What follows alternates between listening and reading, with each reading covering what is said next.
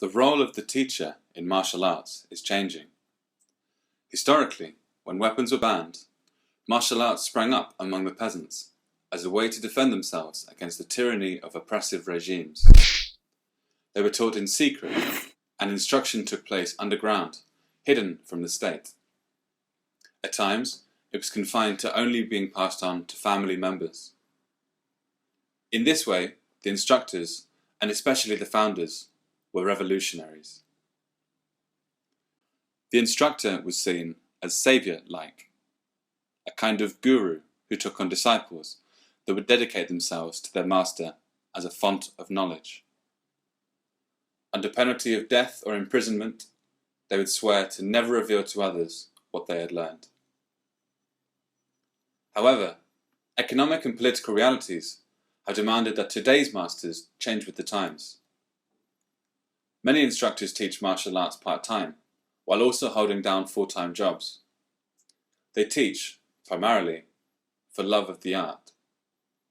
After all, the revolution is over. The state has won. We observed 2 Wing Chun classes here in Singapore. In conversations with the Sifus of each class, we asked them about their role as a teacher, and found many similarities between the two. Here's what one of them said. It used to be, you join a school, and you always join it at this entry level where basically nobody trusts you, no one really wants to teach you. The Sifu never teaches the very junior seniors. That doesn't happen.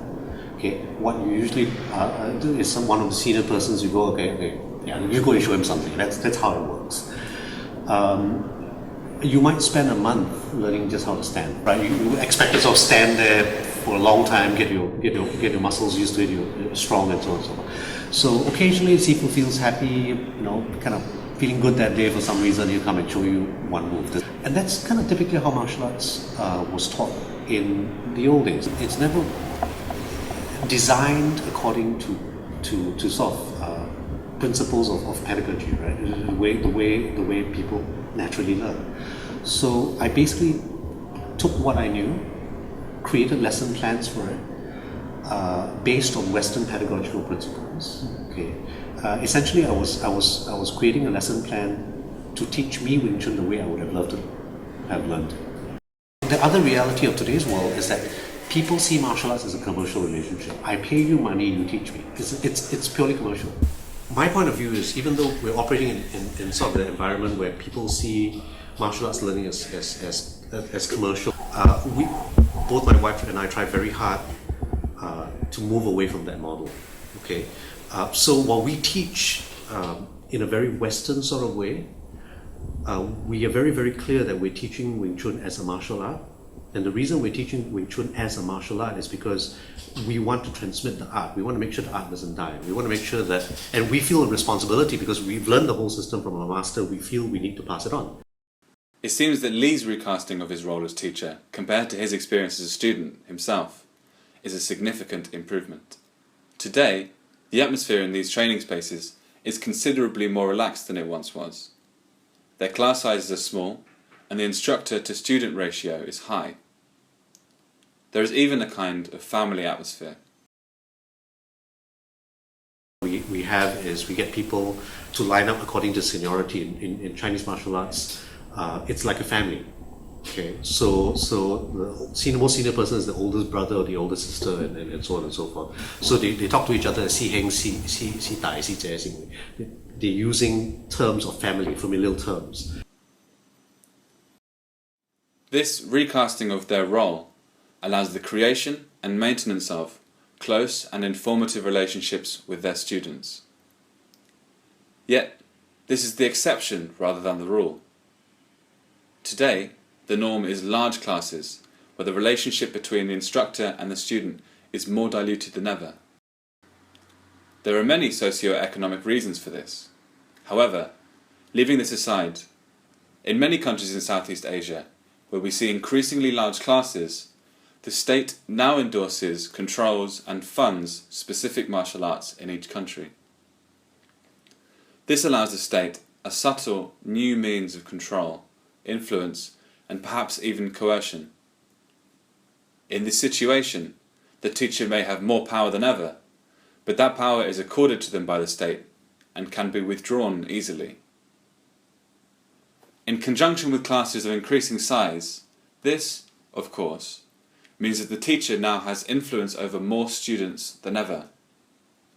Yet, this is the influence of the state. The teacher has gone from being a figure of resistance to being weaponized by the state. There is nothing inherently wrong with this. For one thing, martial arts has become increasingly popular, and state involvement allows for increased participation. This creates a healthier, more confident, agile and self-disciplined nation. Civic pride and patriotism can be forces for good. But in Thailand, we see an increase in Muay Thai prize fighting amongst children hoping to win big at the behest of their parents. Instead of condemning this as an inherent violation of a child's right to be a child, Muay Thai's position as a national sport means the state endorses such activities, intentionally or otherwise.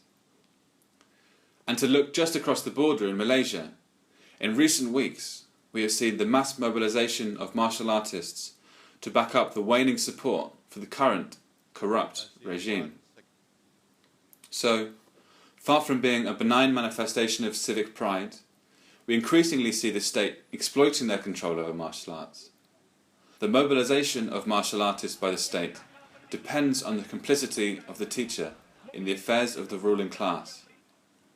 This complicity comes at a price: the bastardization of the conditions that inspired martial arts in the first place, and the values that have always driven its transmission from teacher to student.